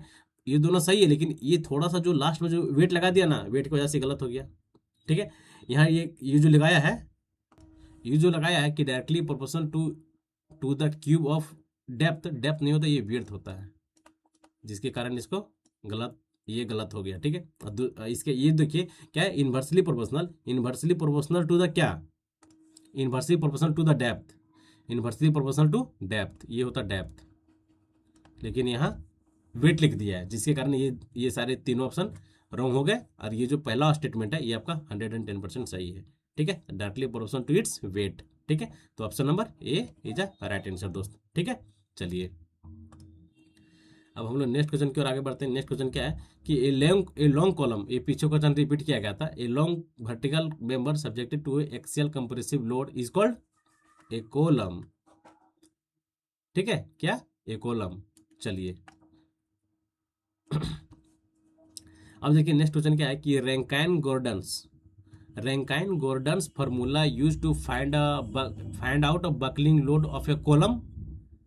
ये जो रैंकाइन गॉर्डन फार्मूला होता है ये एलवेज आपका लॉन्ग कॉलम के लिए, मीडियम कॉलम के लिए, देन शॉर्ट कॉलम के लिए, ये तीनों कॉलम के लिए अप्लीकेबल होता है। तो option number D is a right answer दोस्त, ठीक है, option number D is a right answer, कोई दिक्कत नहीं।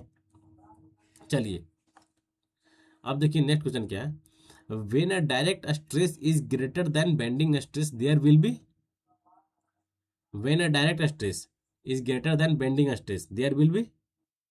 तो सबसे पहले हम लोग बेंडिंग स्ट्रेस का जो ये होता है फॉर्मूला होता है, क्या होता है, M by I equal to sigma by Y equal to E by R. ये तो आप लोग बहुत अच्छे से इसके वाकिफ होंगे। तो हमको क्या बोल रहा है कि डायरेक्ट स्ट्रेस, ठीक है, तो हमको ये दो टर्म लेके चलना है, ठीक है। तो हमको स्ट्रेस निकालना है, तो M by I equal to sigma by Y. तो यहाँ पर हो गया, क्या हो जाएगा जी, M Y by I equal to stress, ठीक है। स्ट्रेस यहाँ क्या बोल रहा है, when direct stress is greater than bending stress there will be compression, tension, या फिर कंप्रेशन देन टेंशन। तो ये जो होता है कि direct stress is greater than bending stress there will be, ये किस में होता है, ये ऑलवेज कंप्रेशन में होता है। किस में होता है, एलवेज कंप्रेशन में, ठीक है दोस्त, याद रखना कि किस में होता है, एलवेज कंप्रेशन में। तो option number A is right answer. लोग इसमें मारेंगे क्या पता है, लोग इसमें मारेंगे सी, बोथ कंप्रेशन देन टेंशन, दोनों होता है, लेकिन दोनों नहीं होता है, एलवेज कंप्रेशन होता है, ठीक है। चलिए नेक्स्ट क्वेश्चन की ओर हम लोग आगे बढ़ते हैं। अब देखिए नेक्स्ट क्वेश्चन क्या है कि under water treatment chlorination conduct for है। अब बता कि क्लोरीनेशन, एक पॉइंट आया क्या, क्लोरीनेशन। यहाँ क्या बोला कि under water treatment chlorination conduct for, under water treatment के लिए अंडर वाटर जो वाटर्स होते हैं वो क्लोरीनेशन का हम लोग कंडक्ट करते हैं। ये क्या रिमूवल करता है, ये क्या रिमूव करता है, ये क्या डिटरमाइन करता है। तो क्लोरीनेशन एलवेज क्या करता है, बैक्टीरिया को किलिंग करता है, ठीक है। ना ही रिमूवल ऑफ हार्डनेस, ये ना ही हार्डनेस को रिमूव करता है, ना ही ये टर्बिडिटी को रिमूव करता है। ये क्या करता है, पैथोजेनिक बैक्टीरिया को डिस्ट्रॉय करता है, किल करता है, ठीक है। तो option number B is a right answer दोस्त, ठीक है, option number B is a right answer. चलिए अब नेक्स्ट क्वेश्चन क्या है, देखिए यूनिट ऑफ वाटर डिस्चार्ज। ये तो सबको ही मारे होगा कि एकदम 110% सही है, ये तो गलती होने का चांस भी नहीं है। अब देखिए नेक्स्ट क्वेश्चन क्या है, अंडर लिमिट स्टेट मेथड किसका पूछ रहा है, स्टील का। क्या मारिएगा जी, हाँ, option number C is a right answer, है ना। चलिए नेक्स्ट क्वेश्चन देखिए क्या है कि the range within which the load is can be applied on a rectangular column to avoid any tensile stress, ठीक है। अब देखिए इसमें थोड़ा सा आपको एक अच्छा क्वेश्चन, थोड़ा सा अच्छा है। तो इसमें हम लोग पहली बात थोड़ा सा हम लोग एक्सप्लेनेशन करने वाले हैं विथ फिगर, ये क्या होता है। थोड़ा मैं इसका चार्ज भी लगा लेता हूँ, उसके बाद हम लोग करेंगे।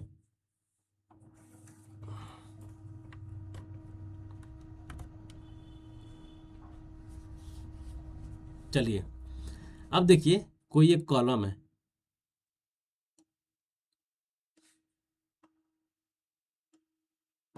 ठीक है, ये मेरा कॉलम है, कोई दिक्कत। इस पे ये आपका कॉलम का एक्सिस है, ठीक है, ठीक है। अब बोल रहा है कि the range with in load can be applied on a rectangular column to avoid any tensile stress, tensile stress को अवॉइड कर रहा है, ठीक है। तो हम लोग जान रहे हैं कि इस कॉलम के ये जो आपका हो गया क्या, इसेंट्रिसिटी हो गया, ठीक है। और यहाँ पे आपका लोड लग रहा है, क्या है, पी लोड लग रहा है दोस्त, ठीक है। ये कॉलम एल है, ठीक है, ये कॉलम एल है। देन ये जो पी लोड एक इसेंट्रिसिटी सर्टेन डिस्टेंस पे ये लोड लग रहा है, ठीक है, कोई दिक्कत नहीं। इसका हम लोग सेक्शन बना लेते हैं इसी टाइप से, पूरी तरह से मतलब अच्छा से कुछ इसका बना लेते हैं। ये आपका हो गया कॉलम, ठीक है। अब देखते हैं ये आपका हो गया सेक्शन, एक्सिस हो गया ये, ठीक है। ये देखिए आपका इसेंट्रिसिटी यहीं से तो लग रहा है ना, इसेंट्रिसिटी ये आपका ई हो गया, और ये पॉइंट पे आपको इसेंट्रिसिटी एक्ट कर रहा है, ठीक है। और ये आपका क्या हो गया, ये मेरा डी हो गया, ठीक है, ये मेरा डी हो गया, ये मेरा क्या हो गया, बी हो गया, ठीक है, हो गया। अब देखिए हमको क्या करना है, हमको डायरेक्ट स्ट्रेस निकालना है। तो हम लोग क्या जानते हैं, स्ट्रेस स्ट्रेस इक्वल टू क्या होता है, एम वाई बाई आई होता है ना, stress equal to M Y by I.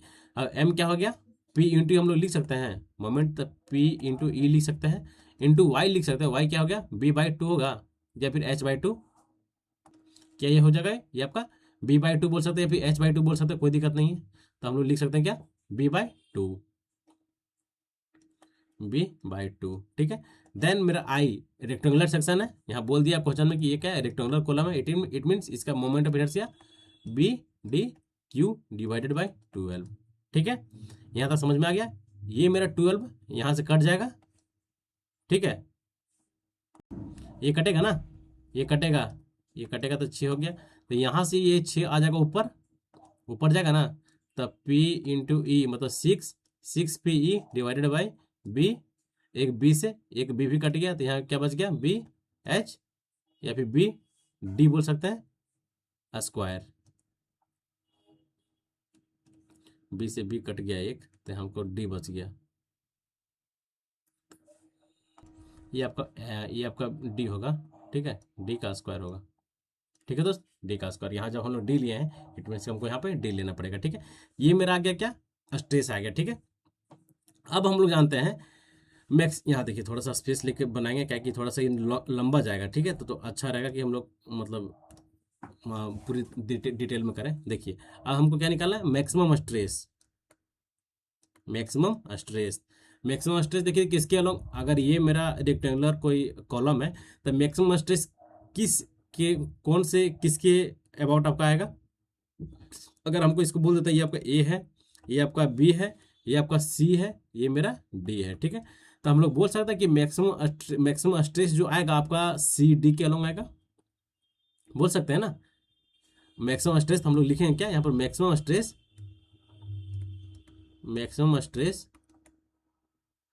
Act along किसके, सी डी, ठीक है।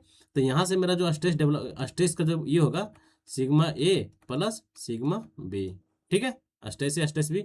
और दूसरा इसी तरह क्या, मिनिमम स्ट्रेस किसके अकॉर्डिंग आएगा, ये आपका मैक्सिमम हो गया लोड की वजह से, देन मिनिमम आपका ये आ गया minimum stress along A B, ठीक है। तो मिनिमम स्ट्रेस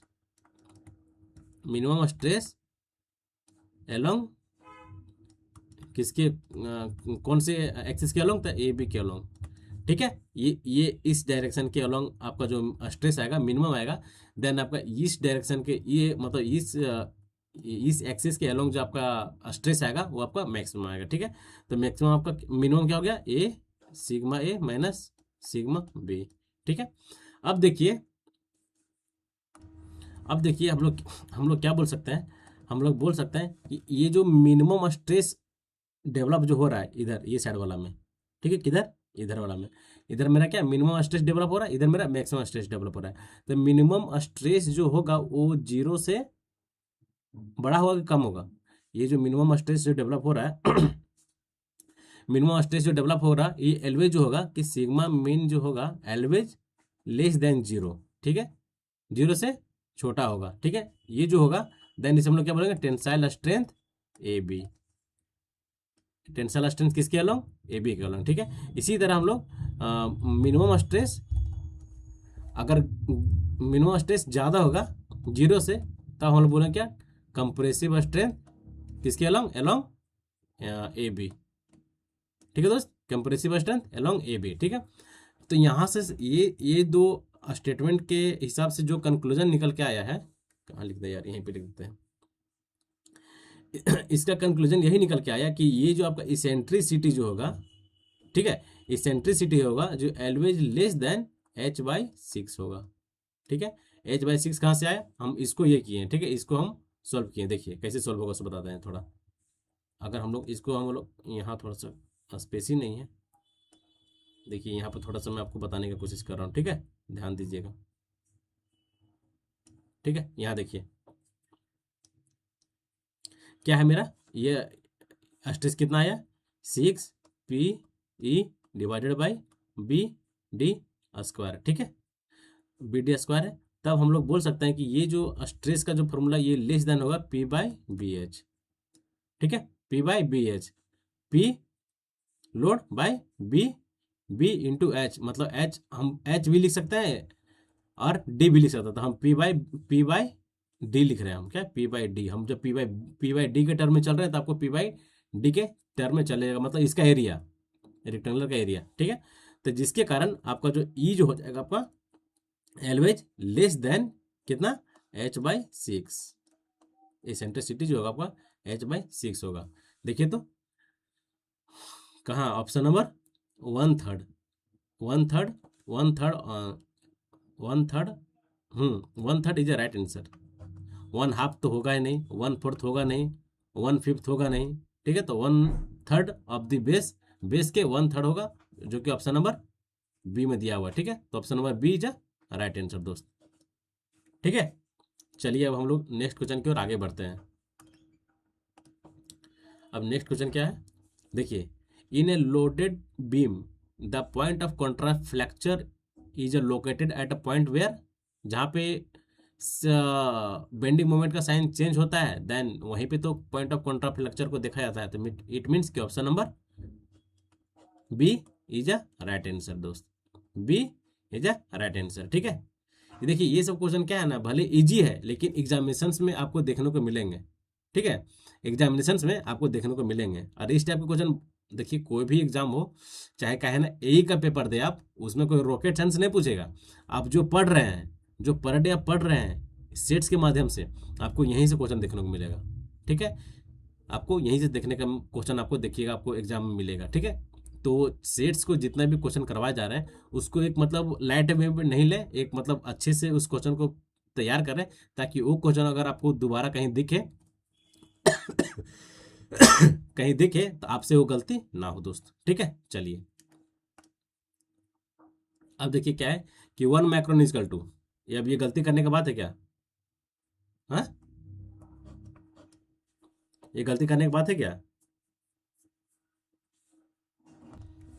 ठीक है, तो option number C, C is a right answer. चलिए अब हम लोग नेक्स्ट क्वेश्चन की ओर आगे बढ़ते हैं। अब देखिए क्या है कि the coefficient of thermal expansion of a concrete is equal to, बताएं, कंक्रीट और स्टील का थर्मल एक्सपेंशन दोनों का सेम होता है। It means steel is a right answer दोस्त। ठीक है, steel is a right answer. अब थोड़ा सा हम लोग स्टैंडर्ड डेटा हम लोग कुछ ले लेते हैं, लिख लेते हैं।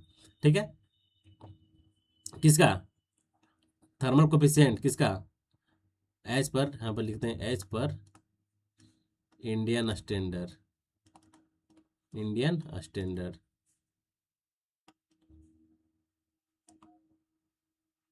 ठीक है, as per Indian standard.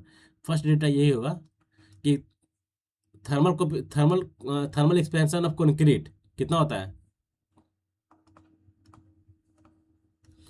Thermal expansion, thermal coefficient of expansion of concrete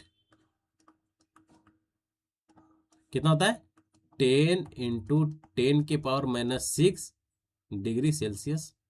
ठीक है, ये आपको कंक्रीट के केस में हो गया। इसी तरह हम लोग थर्मल कोफिशिएंट लिखेंगे, दूसरा क्या, thermal thermal coefficient of thermal coefficient of क्या, एक्सपेंशन ऑफ ए स्टील कितना होता है, 12.10⁻⁶ डिग्री सेल्सियस। ठीक है, स्टील के केस में और कंक्रीट के केस में। देन हम लोग तीसरा देखते हैं क्या, कॉपर के केस में। Thermal coefficient of expansion of copper कितना होता है 16.7 इंटू 10⁻⁶ डिग्री सेल्सियस दोस्त। ठीक है, कॉपर के केस में आपको ध्यान रखना है स्टील कंक्रीट देन कॉपर। ठीक है, एक होता है आपका एल्यूमिनियम का भी, वो भी लिख ही देते हैं aluminium. Thermal coefficient of expansion of A aluminium, aluminium कितना होता है 23 गुना 10⁻⁻⁶ डिग्री सेल्सियस। ठीक है, 10⁻3 इंटू 10⁻⁻⁶ डिग्री सेल्सियस, ये आपका सारा का थर्मल कोफिशिएंट का वैल्यू है, आपको याद रखना पड़ेगा, एग्जामिनेशन पॉइंट ऑफ व्यू से इंपॉर्टेंट है। चलिए अब हम लोग नेक्स्ट क्वेश्चन की ओर आगे बढ़ते हैं। नेक्स्ट क्वेश्चन क्या है कि क्या है weight of water, weight of water दिया गया है, वेट ऑफ ड्राई सॉइल दिया गया है। अब पूछ रहा है कि वाटर कंटेंट, वाटर कंटेंट निकालने का फॉर्मूला क्या था, वेट ऑफ वाटर कितना 2.16 divided by weight of water by weight of solid 27.63। इसको आप सॉल्व कीजिए, आपका जो आएगा वो करेक्ट आंसर हो जाएगा। यहाँ से आप सॉल्व कीजिएगा, जो आपका आएगा वो आपका करेक्ट आंसर हो जाएगा। ठीक है, चलिए ऐसे इसका जो आंसर है आपका करेक्ट देखा जाए तो आपका option number C is right answer है। इसको आप सॉल्व कर लीजिएगा, ये नहीं कि हम नहीं किए तो आपको नहीं करना है, आपको करना है। ठीक है, चलिए अब बताएं कि बल्क डेंसिटी ऑफ सॉइल दिया हुआ है, वाटर कंटेंट दिया हुआ है, तो हमको गामा डी निकालना है। क्या होता है gamma bulk divided by 1 plus water content. ठीक है, बल्क कितना है 1.769 divided by 1 plus water content. Water content कितना है दोस्त 13.9%, तो 0.139%। ठीक है, तो 1.769 डिवाइडेड बाई 1.139। ठीक है, इसको सॉल्व कीजिएगा तो आपको 1.55 आएगा, 1.55 ग्राम पर सीसी। ठीक है, option number C is a right answer दोस्त। कोई दिक्कत, यहाँ तक कोई दिक्कत है? अगर यहाँ तक कोई दिक्कत नहीं है तो आप लोग चैनल को थोड़ा सा सपोर्ट कर दो दोस्त। ठीक है, अपने फ्रेंड सर्कल के साथ अपना शेयर कर दें ताकि वो भी वीडियो का अच्छे अच्छे क्वेश्चन का फ़ायदा उठा सके, और साथ ही साथ देखिए आपका भी इम्प्रूवमेंट होगा, उसका भी इम्प्रूवमेंट होगा। ठीक है, किसी से ईर्ष्या नहीं रखना है बस। ठीक है, किसी से ये नहीं रखना कि उससे हम ये नहीं करेंगे वो करेंगे। अरे यार, वीडियो शेयर करने से कुछ नहीं हो जाएगा आपका। ठीक है, आपके चलते किसी का भलाई हो जाएगा, जो कि अच्छा ही काम हो जाएगा। किसी का भलाई करना क्या गलत काम है क्या? गलत काम तो नहीं है ना, तो भलाई करने से पीछे नहीं हटे। ठीक है, थोड़ा सा अगर वीडियो आप लोग शेयर कर दें तो आपको लिए बहुत ही बेनिफिट होगा, अच्छा होगा। तब हम लोग थोड़ा सा और अच्छे अच्छे कंटेंट पे और काम कर सकेंगे आपके लिए। ठीक है, चलिए अब हम लोग नेक्स्ट क्वेश्चन की ओर आगे बढ़ते हैं दोस्त। अब नेक्स्ट क्वेश्चन क्या है कि the angle of twist is proportional to twisting moment always. The angle of twist is directly proportional to the twisting moment, ना कि इन्वर्सली प्रोपोर्शनल, ना कि ये मारिएगा। लोग मारेंगे बी सी मारेंगे, सी नहीं मारना है। क्या बोल रहा है the angle of twist is directly proportional to the twisting moment. ठीक है, आप लोग ये पढ़े होंगे टॉर्सनल इक्वेशन। टॉर्सन इक्वेशन क्या होता है tau by R G theta by L R by T by J, ये आपका क्या है टॉर्सनल इक्वेशन है दोस्त, आपको ध्यान रखना है। ये जो आपका है जे क्या आता है पोलर मोमेंट, और जे इजकल टू क्या होता है जे इजकल टू पाई डी के पावर 4 डिवाइडेड बाई 32। ठीक है, तो आपको ये भी ध्यान रखना है। ठीक है, तो हमको क्या आया इससे हमको समझ में यही आया कि the angle of twisting moment जो होगा वो ऑलवेज डायरेक्टली प्रोपोर्शनल होगा। ठीक है, डायरेक्टली प्रोपोर्शनल। देखिए थीटा इजकल टू क्या होता है T L by G J. ठीक है, तो angle equal to angle of twist is directly proportional to the twisting moment. ठीक है, ट्विस्टिंग मोमेंट जो कि option number A is a right answer दोस्त। ठीक है, चलिए अब देखिए नेक्स्ट क्वेश्चन क्या है कि which type of soil undergoes volumetric change with water, water के साथ वो वॉल्यूम चेंज करता है, उसको हम लोग कौन सा सॉइल बोलते हैं? तो एलवेज हम लोग ब्लैक कटन सॉइल बोलते हैं। ब्लैक कटन सॉइल किसका फंक्शन क्या होता है? इस ब्लैक कटन सॉइल में आपका सॉइलिंग या श्रिंकेज प्रॉपर्टी बहुत ही ज़्यादा देखा जाता है, जिसके कारण इसका वॉल्यूम चेंज होता है। ठीक है, तो हम लोग क्या बोलते हैं? Option number A is a right answer दोस्त। ठीक है, ए इज अ राइट आंसर। ठीक है, कोई दिक्कत नहीं होना चाहिए। चलिए अब देखिए नेक्स्ट क्वेश्चन क्या है कि which type of bond can be made for a 10 centimetre thick wall. किस टाइप ऑफ बॉन्ड में आपको 10 सेंटीमीटर थिक वॉल देखा जा रहा है, जबकि आपको अलग अलग बॉन्ड दिए गए हैं, चाहे आप इंग्लिश बॉन्ड हो, चाहे फ्लेमिश बॉन्ड हो, हेडिंग बॉन्ड हो, चाहे स्ट्रेचिंग बॉन्ड हो। तो किस में हम लोग 10 सेंटीमीटर का वॉल थिक वॉल देखते हैं? एलवेज किस में? एलवेज आपका स्ट्रेचर बॉन्ड में। किस में? स्ट्रेचर बॉन्ड में दोस्त। सही आप लोग समझे, स्ट्रेचर बॉन्ड में होता है। आप यहाँ पर इंग्लिश बॉन्ड क्या होता है, फ्लेमिश बॉन्ड क्या होता है, ये सब बताने की जरूरत है क्या? हम लोग क्लासेस में ही किए हैं कि इंग्लिश बॉन्ड क्या होता है, फ्लेमिश बॉन्ड क्या होता है, स्ट्रॉन्गेस्ट बॉन्ड क्या होता है? तो इंग्लिश बॉन्ड होता है। स्ट्रॉन्गेस्ट बॉन्ड कौन सा है आपका? इंग्लिश बॉन्ड है, जो कि आपको एग्जामिनेशन में देखने को मिलेंगे दोस्त। ठीक है, कोई दिक्कत? कोई दिक्कत नहीं। चलिए अब देखिए नेक्स्ट क्वेश्चन क्या है कि the spacing of स्टीरअप्स near the support. जैसे जैसे हम लोग सपोर्ट की ओर जाते हैं, the spacing of स्टीरअप्स near the support, support के पास आपका जो स्पेसिंग होता है, क्या मिनिमम होता है, मैक्सिमम होता है, या फिर दोनों होता है, या फिर जीरो होता है? बताएं। मिनिमम ना होता है जी, हाँ मिनिमम होता है। ये देखिए इस टाइप से, ये मेरा ये मेरा ये है। ठीक है, तो यहाँ आपका इस टाइप से मिलेगा स्टीरअप, और जैसे ही सपोर्ट के पास पहुँचेगा तुरंत तुरंत तुरंत तुरंत कम हो जाएगा मिनिमम। ठीक है, इस टाइप से।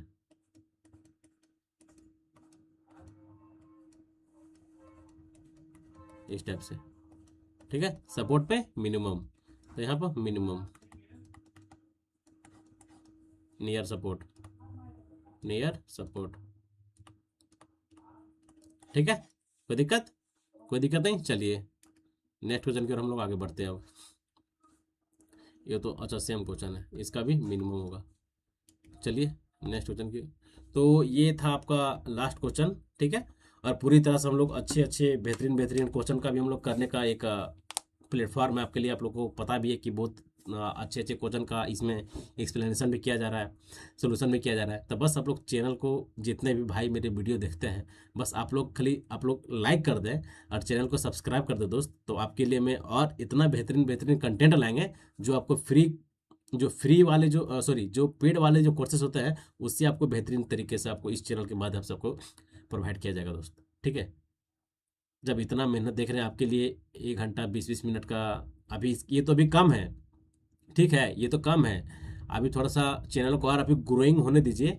ठीक है, जैसे एक स्टेज के ऊपर रहेगा ना, उसके बाद देखिएगा क्वेश्चन, मतलब बोलेंगे जो भी क्लासेस इतना आपको ये कर देंगे कि आप कभी मतलब सोचेंगे नहीं कि ये क्वेश्चन हमसे नहीं बना है। ठीक है, इतना डिफरेंट डिफरेंट एग्जामिनेशन से आपको क्वेश्चन को बताया जाएगा, और बहुत ही बेहतरीन सरल तरीके से।